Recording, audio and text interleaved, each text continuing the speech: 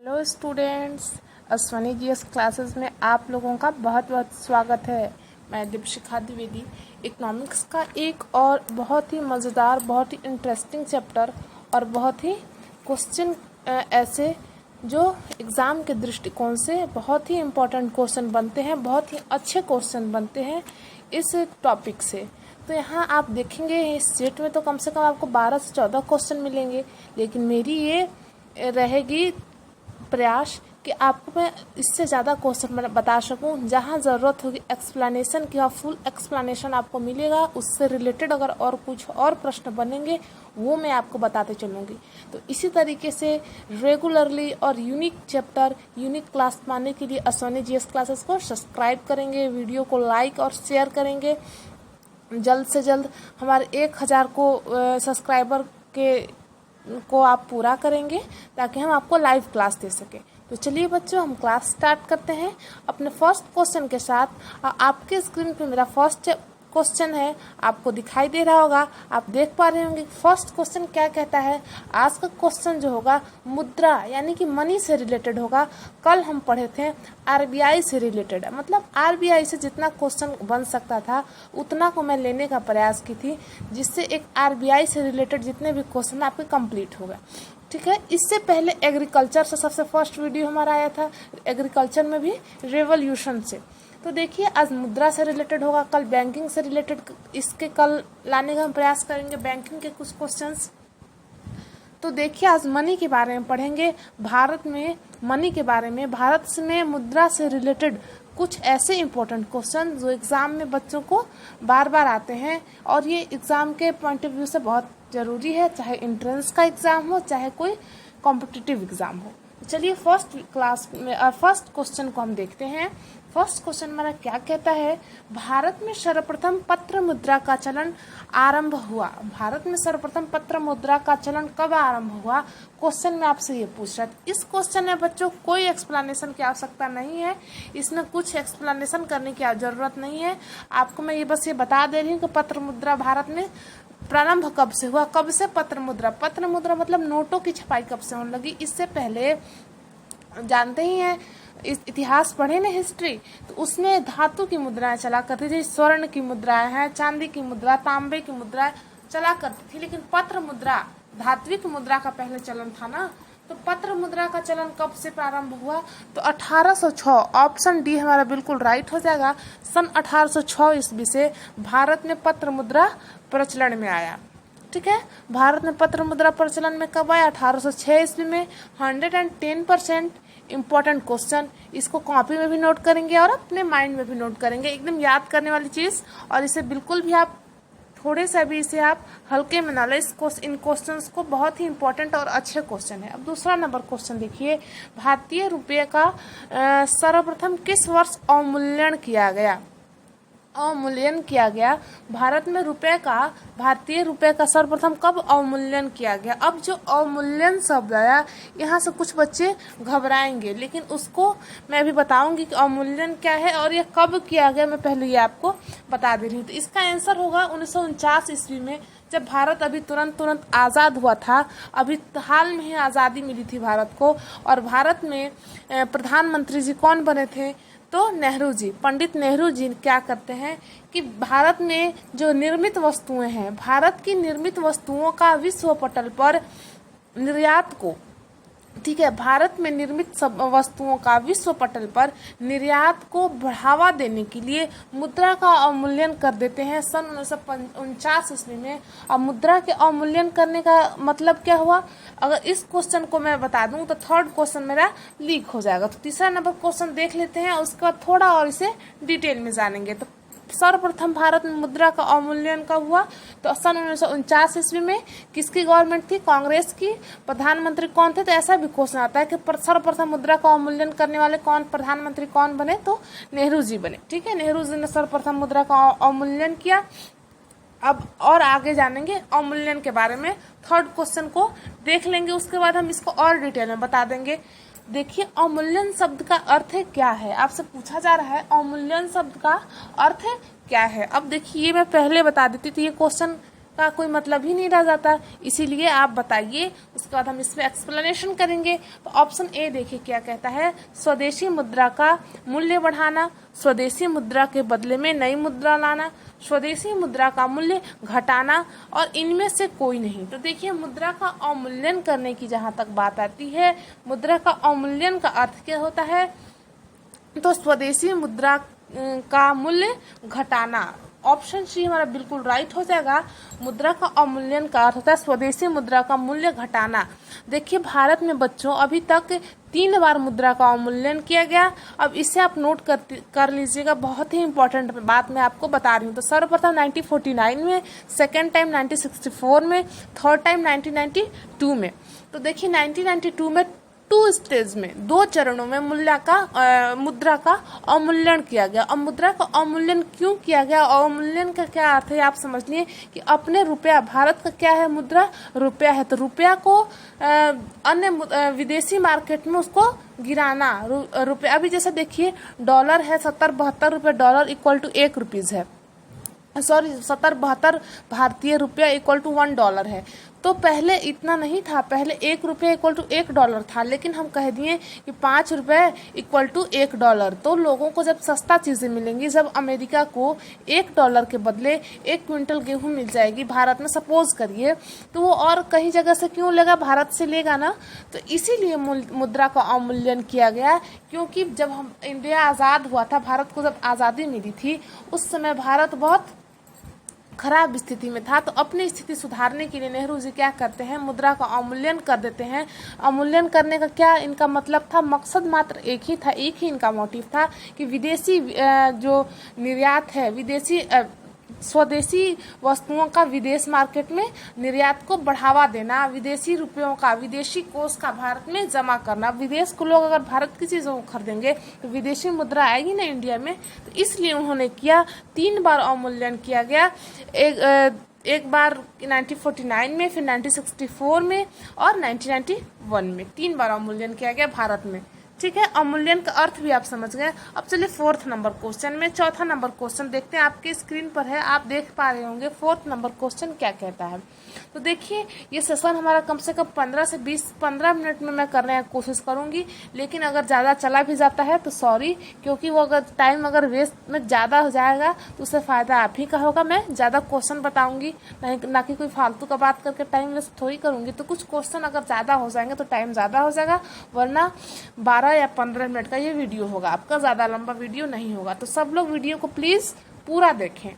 देखिए 4th number question क्या करता है, ब्लैक मनी का अर्थ है काली मुद्रा। आप देखिए जब नोट का डिमोटाइजेशन हुआ था, मुद्रा का विमुद्रीकरण हुआ था, भारत में विमुद्रीकरण जब हुआ था, तो क्या ब्लैक मनी वर्ड आप सुन रहे थे ना। तो अब बताइए ब्लैक मनी का क्या अर्थ है, ये आपको पता था? अब बताइए क्या होता है। फर्स्ट ऑप्शन क्या कहता है, गैर कानूनी व्यवसाय से आय, वह आय जिस पर कर नहीं लगा है। सी है विदेशों से प्राप्त आय, और डी है गैर कानूनी आय से प्राप्त आय। तो आपसे पूछा जा रहा है कि what is black money. Black money is called, black money का क्या अर्थ है, ब्लैक मनी किसे कहते हैं, काली मुद्रा किसे कहते हैं। तो देखिए गैर कानूनी व्यवसाय से आय करेंगे तो इसे काली मुद्रा नहीं कहेंगे, और विदेशों से प्राप्त आय इसे भी काली मुद्रा नहीं कहते हैं, गैर कानूनी कार्य से प्राप्त आय इसे भी नहीं कहेंगे। ऐसी मुद्रा, ऑप्शन बी हो जाएगा बिल्कुल राइट, ऐसी मुद्रा जिसको सरकार की नज़रों में छुपाया गया हो, जिस पर टैक्स बचाया गया हो, जिसपे हम टैक्स पे नहीं करते हैं और वो पेबल है, मतलब टैक्स जितना हमारे स्लैब बने हैं उस स्लैब से एक्स्ट्रा अगर आपकी इनकम है, अगर 5 लाख से ज़्यादा की इनकम है, फिर भी आप टैक्स नहीं देते, तो वो आपका ब्लैक मनी कहलाएगा, तो आपकी काली मुद्रा कहलाएगी। तो ऑप्शन बी बिल्कुल राइट ऑप्शन हो जाएगा। और 5th क्वेश्चन देखते हैं, 5वां नंबर क्वेश्चन। तो क्वेश्चन बहुत शानदार है, अगर पढ़ने वाले विद्यार्थी जो वीडियो देख पा रहे होंगे वो ज़रूर इस क्वेश्चन की क्वालिटी को, इसका क्या लेवल है, इसको ज़रूर वो बात समझ पा रहे होंगे क्वेश्चन किस तरह के हैं। तो 5वां नंबर क्वेश्चन देखिए, मुद्रा का मूल्य गिरता है तो, मुद्रा का मूल्य गिरता है तो वस्तु महंगी होती है, वस्तु की कीमत में परिवर्तन नहीं होता है, वस्तुएं सस्ती होती हैं, इनमें से कोई नहीं। 5वां नंबर क्वेश्चन क्या कह रहा है कि मुद्रा का मूल्य जब गिरता है तब क्या होता है। मुद्रा का मूल्य जब गिरता है तो क्या होता है, 5th नंबर क्वेश्चन पूछ रहा है आपसे, मुद्रा का मूल्य गिरता है तो क्या होता है। तो देखिए, जैसे आप पहले के लोग, जैसे हमारे मम्मी पापा से भी अगर आप कुछ बातें ऐसे पूछ लें, आज की कोई एक वस्तु देख ली, जैसे मान लीजिए शुगर ही देख ली, चीनी को देख लीजिए, आज चीनी 40 से 45 रुपये किलो मिलती है। अगर उससे अच्छी क्वालिटी वाले लेंगे, अगर पैकेट वाले आप चीनी ले लें, पैक्ड चीनी ले लें, तो 50 रुपये किलो तक मिल सकती है। एक समय था, अपने मम्मी से पापा से आप पूछ कर देखिएगा कि क्या कभी 5 रुपये किलो चीनी मिलता था, तो वो ज़रूर आपको बताएंगे कि हाँ मिला करता था पहले, लेकिन अब नहीं मिलता। तो क्या 5 रुपये नहीं चल रहा है इसलिए नहीं मिल रहा है कि अब चीनी इतना महंगा क्यों हो गया? तो क्या उत्पादन नहीं हो रहा है? तो नहीं, उत्पादन भी हो रहा है, लेकिन चीनी इतना महंगा इसलिए हो गया क्योंकि मुद्रा का जो मूल्य है ना, मुद्रा का जो जितना उस सब समझिए कि जो पहले जो मुद्रा का पावर था, 5 रुपये में जो पहले पावर था, जो पावर मतलब खरीद की शक्ति, मुद्रा से खरीदने की शक्ति थी, वो शक्ति कम हो गया, तो मुद्रा का मूल्य गिर गया। तो जब मुद्रा का मूल्य गिर गया, तो जब 5 रुपये में खरीदने की शक्ति, क्रय शक्ति, रुपए में जब क्रय शक्ति कम हो गया, तो क्या हुआ, तो चीज़ें महंगी हो गई ना। उस समय के अकॉर्डिंग देखेंगे 5 रुपये चीनी जब था, और अभी के अकॉर्डिंग देखेंगे 50 रुपये, तो यानी कि चीज़ें महंगी हो गई, तो मुद्रा का मूल्य गिरता है, तो क्या होता है, वस्तु महंगी होती है। देखिए, मुद्रा का मूल्य गिरता है तो क्या होता है। देखिए, पहले के समय में लोगों के पास इतना पैसा नहीं हुआ करता था। मैक्सिमम लोग गांव में, अब तो गांव में भी लोग नौकरी पर ज़्यादा भरोसा दिखाते हैं, शहर में आना चाहते हैं। पहले लोग गांव में ज़्यादा लोग रहते थे, तो उनके पास पैसा बहुत कम हुआ करता था, इसीलिए बहुत छोटी रकम का भी वैल्यू ज़्यादा हुआ करता था। जब पैसा बाजार में, मार्केट में, समझ लीजिए जब पैसा बढ़ जाता है तब मुद्रा का वैल्यू गिर जाता है। तो अभी मुद्रा का वैल्यू गिर गया, मतलब मुद्रा का स्फीति हो गया। मुद्रा का स्फीति हो गया मतलब मुद्रा का मूल्य गिर गया, ठीक है, इन्फ्लेशन हो गया। तो मुद्रा का जब मूल्य गिरता है, यानी कि मुद्रा स्फीति की स्थिति जब पैदा होती है, तो मार्केट में महंगाई बढ़ती है। तो ऑप्शन ए बिल्कुल राइट हो जाएगा। अब 6th क्वेश्चन देखेंगे, 6ठा नंबर क्वेश्चन हमारा क्या कहता है। उम्मीद करती हूँ बच्चों कि आप जरूर समझ रहे होंगे, मैं आपको अच्छे से समझा पा रही होंगी। देखिए, सरकार द्वारा पुरानी मुद्रा को समाप्त कर नई मुद्रा चलाना कहलाता है। पुरानी मुद्रा को समाप्त कर नई मुद्रा को चलाने को क्या कहते हैं, विकेंद्रीकरण हुए थे कहते हैं। अभी कुछ दिन पहले विकेंद्रीकरण हुआ था, मोदी जी ने अनाउंस किया था विकेंद्रीकरण का। तो 2016 में याद है ना आप लोगों को कि आज से 1500 के नोट बंद, तो क्या हाहाकार मचा था। तो पुरानी मुद्रा को समाप्त करके नई मुद्रा को चलन करने को क्या कहते हैं, विकेंद्रीकरण कहते हैं, ठीक है। क्या कहते हैं, विकेंद्रीकरण कहते हैं, विमुद्रीकरण कहते हैं, सॉरी विकेंद्रीकरण नहीं, विमुद्रीकरण लिखेंगे, विमुद्रीकरण, ठीक है।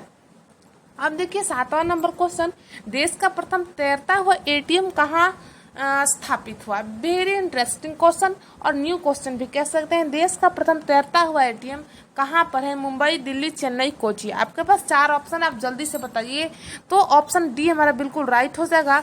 कोची में देश का प्रथम एटीएम, और ये एटीएम किस बैंक का है, तो एसबीआई का एटीएम है। ये एटीएम किस बैंक का है, तो एसबीआई का है। ये देखिए, क्वेश्चन ऐसे क्वेश्चन आ सकते हैं और आपको बिल्कुल हवा तक नहीं लगेगी कि ये क्या क्वेश्चन कह रहा है। देश का प्रथम तैरता हुआ एटीएम का है, कोची में है, और एसबीआई का है, ठीक है। आगे चलिए, भारत की विदेशी मुद्रा का कोष का सर्वाधिक भाग खर्च होता है। मतलब कहने का अर्थ ये है कि भारत के पास जो विदेशी मुद्रा का कोष होता है, ऐसे सभी देशों के पास विदेशी मुद्रा का कोष होता है, वैसे भारत के पास भी होता है विदेशी मुद्रा का कोष। तो भारत उसका सबसे ज़्यादा खर्च कहाँ करता है, शोध सामग्री पर, ठीक है, पेट्रोलियम के आयात पर, लौह इस्पात पर, सोना आयात पर। तो देखिए, लौह इस्पात तो इंडिया में खुद ही बहुत सारे हैं, यहाँ नहीं होता। शोध सामग्री के निर्माण पर ये भी बिल्कुल गलत है, सोना के आयात पर ये भी बिल्कुल गलत है। ऑप्शन बी बिल्कुल राइट हो जाएगा, पेट्रोलियम के आयात पर। देखिए, भारत में अगर आपसे क्वेश्चन ऐसा पूछ ले कि भारत अपने जितना यूज़ करता है, जितना कंजप्शन करता है पेट्रोलियम का, उसका कितना भाग उत्पादन करता है, तो 40%, मात्र 40% पेट्रोलियम भारत अपने देश से प्राप्त करता है। और यूज़ कितना करता है, तो 100% है, 40% अपने देश का, और 60% इसे आयात करना पड़ता है। तो भारत का मैक्सिमम जो विदेशी कोष है उसे तेल खरीदने में, पेट्रोलियम खरीदने में खर्च करता है। देखिए, भारत के 3 और आपको पेट्रोलियम स्थान भी बताते हैं जहाँ से पेट्रोल निकलता है। पहला है मुंबई का मुंबई हाई से निकलता है, दूसरा है असम का दिग्बोई और तीसरा है गुजरात का अंकलेश्वर। तो मात्र यही 2-3 जगह हैं जहाँ से पेट्रोलियम पदार्थ निकलते हैं भारत में, इसीलिए भारत का मैक्सिमम पैसा जाता है पेट्रोलियम खरीदने में। 9th नंबर क्वेश्चन देखिए, मुद्रा स्वयं मुद्रा का निर्माण करती है, यह कथन किसका है? मुद्रा स्वयं मुद्रा का निर्माण करती है, यह कथन किसका है? जे.एस. किंग्स का, मार्शल का है, क्रॉमर का है, ग्रेसम का है। तो ऑप्शन से बिल्कुल राइट हो जाएगा, ये क्रॉमर का कथन है कि मुद्रा स्वयं मुद्रा का निर्माण करती है। ऑप्शन देखिए, और सॉरी क्वेश्चन देखिए 10th, ग्रेसम का नियम संबंधित है, ग्रेसम का नियम संबंधित है मांग एवं आपूर्ति पर, अर्थव्यवस्था पर, मांग एवं उपभोग पर, डी है मुद्रा के चलन पर। तो आप जल्दी बताइए, ग्रेसम का नियम जो है, लॉ ऑफ ग्रेसम, ये बहुत इजी क्वेश्चन है, ये क्वेश्चन बहुत इजी है, इसे जानबूझकर मैं रखी थी क्योंकि इजी के साथ साथ ये इम्पोर्टेंट भी है।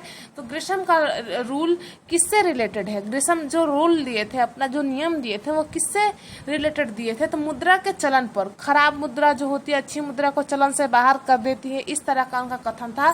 तो किससे रिलेटेड है? तो मुद्रा के चलन से रिलेटेड है। ऑप्शन डी हमारा बिल्कुल राइट हो जाएगा। अब 11th नंबर क्वेश्चन को हम देखेंगे। 11वां क्वेश्चन हमारा क्या कहता है? क्वेश्चन है, लगातार बढ़ती कीमतों की प्रक्रिया होती है, लगातार बढ़ती कीमतों की प्रक्रिया होती है, उत्पादन में कमी, कीमत लगातार बढ़ रही है, बाजार में हर वस्तुओं की कीमत लगातार बढ़ रही है। तो रीजन क्या है? क्वेश्चन बात यही पूछ रहा है। उत्पादन में कमी, मुद्रा स्फीति, उत्पादन में अधिकता और डी है मुद्रा अस्फीति। 11th नंबर क्वेश्चन, इसको मैं आप कह सकते हैं, एक तरह से मैं आपको हिंट्स दे चुकी हूँ पहले ही, जब एक दूसरा क्वेश्चन मैं समझा रही थी आपको, मैं बताई थी कि स्फीति और स्फीति क्या होती है, और यहाँ आप बताएंगे 11th नंबर क्वेश्चन। देखिए, लगातार कीमतें बढ़ रही हैं, यानी कि इसका मतलब ये थोड़ी है उत्पादन में कमी हो रही है। उत्पादन में कोई कमी नहीं हो रही, उत्पादन में कमी हो रही है, उत्पादन में अधिकता, यहाँ से ये सब गलत हो जाएंगे। कीमत का बढ़ना इस पर निर्भर नहीं करता। कीमत का बढ़ना किस पर निर्भर करता है? तो मुद्रा स्फीति पर निर्भर करता है। कीमतें बढ़ रही हैं, यानी कि मुद्रा का जो शक्ति है, परचेजिंग पावर है, जो मनी का परचेजिंग पावर है, वो दिन प्रतिदिन लो होते जा रहा है। पहले हम 1 रुपये में 4 चॉकलेट खरीद पाते थे, आज 1 रुपये लेकर जाइए, ऐसे दुकान में बहुत कम मिलेंगे आपको यहाँ पर, जहाँ चॉकलेट आपको 1 भी मिल जाए, और नहीं तो ऐसे दुकान मिलेंगे जहाँ 1 रुपये लेकर जाएंगे तो दुकान वाला आपको 10 तरह की बातें बोलेगा कि 1 रुपये कहीं चॉकलेट मिलता है क्या? चॉकलेट का स्टार्ट होगा तो कम से कम 10 रुपये दीजिए तो आपको 1 चॉकलेट मिलेगा। तो वो समय चला गया। तो ऐसा क्यों हो गया? ऐसा क्यों हो गया? क्या उत्पादन में कमी हुई? नहीं, सब चीज़ सभी कुछ तो मिल रहा है, जो पहले मिल रहा था वो आज भी मिल रहा है। उत्पादन में कोई कमी नहीं हुई। परचेजिंग पावर जो है वो कम हो गया, मुद्रा का परचेजिंग पावर कम हो गया, इसीलिए क्या हो गया? इन्फ्लेशन हो गया, मुद्रा स्फीति की स्थिति उत्पन्न हो गई। ठीक है, तो 11th का ऑप्शन बी बिल्कुल राइट हो जाएगा। अब 12वां क्वेश्चन देखिए, इसमें थोड़ा एक्सप्लेनेशन भी होगा। देखिए क्या है, हॉट मनी यानी कि गर्म मुद्रा की प्रवृत्ति होती है। आपको पहले ये पता होनी चाहिए कि हॉट मनी होता क्या है। तो ऐसी मुद्रा जो उसमें तरलता, मुद्रा में तो तरलता होती है लेकिन अत्यधिक तरलता पाई जाए, आए मतलब उसका स्टे जो होता है, मुद्रा रुके नहीं, वो शीघ्रता से पलायन कर जाए। तो ऑप्शन ए यहाँ तो बिल्कुल राइट हो जाएगा, लेकिन मैं आपको यहाँ 1-2 कुछ और जो ऑप्शंस हैं उसको डिस्क्राइब कर दूं। ऑप्शन बी क्या कहता है? आपूर्ति कम एवं मांग अधिक। तो देखिए, आपूर्ति जब कम होगा, अधिक मांगा जाएगा और आपूर्ति कम, यानी कि मांग अधिक होगी लेकिन मिलेगा कम, तो ये हार्ड मनी होता है, इसे हार्ड मनी कहते हैं। बिल्कुल अपने कॉपी में आप नोट करते जाएंगे, इंपॉर्टेंट पॉइंट मैं बताते जा रही हूँ, बहुत इंपॉर्टेंट है ये। तो देखिए, आपूर्ति जब कम होता है और मांग अधिक होती है तो हार्ड मनी होती है, और आपूर्ति की अपेक्षा मांग कम, यानी कि जितना अवेलेबल है लेकिन उसके मांगने वाले, उसका चाहने वाले, उस वस्तु का उत्पादन तो बहुत ज़्यादा हुआ है, आपूर्ति बहुत ज़्यादा हो रहा है उसका, लेकिन उसका मांग बहुत कम है, यानी कि ये क्या हो जाएगा? ये सॉफ्ट मनी हो जाएगा। ऑप्शन सी में क्या हो जाएगा? ये सॉफ्ट मनी हो जाएगा। इस सॉफ्ट मनी हो जाएगा ऑप्शन सी। देखिए, आपूर्ति जब कम मिले, मांग अधिक हो और मिले कम तो हार्ड मनी, मांग कम हो और अवेलेबल ज़्यादा हो, ज़्यादा सामान मेरे पास हो तो वो सॉफ्ट मनी। ऑप्शन डी क्या कह रहा है? आपूर्ति और मांग में स्थिरता। तो ये किसी मनी का प्रकार नहीं है। मुद्रा 3 प्रकार की हो सकते हैं, hot money, hard money, soft money. तो हॉट मनी की प्रवृत्ति कैसे होती है? हॉट मनी का प्रवृत्ति है शीघ्रता से पलायन, कर्जा जो रुकता नहीं है, स्टे नहीं होता है। ऐसे चीज़ें, मतलब जो हमेशा ऐसी चीज़ें, ऐसी वस्तु कह सकते हैं जो उसका मांग ज़्यादा हो और उसका उत्पादन भी हो रहा है लेकिन वो रुक नहीं रहा है, खत्म हो जा रहा है, तो उसे उस तरह की क्या कह सकते हैं, उसी तरह से मुद्रा है जिसका शीघ्रता से पलायन हो जाए, ये हॉट मनी हो जाएगा। और जहाँ मांगा जाए अधिक, आपूर्ति कम हो, हार्ड मनी, और जहाँ मांगा जाए कम, आपूर्ति अधिक हो, तो सॉफ्ट मनी। तो आज का वीडियो हम यहीं पे समाप्त करते हैं, मिलते हैं नेक्स्ट वीडियो में।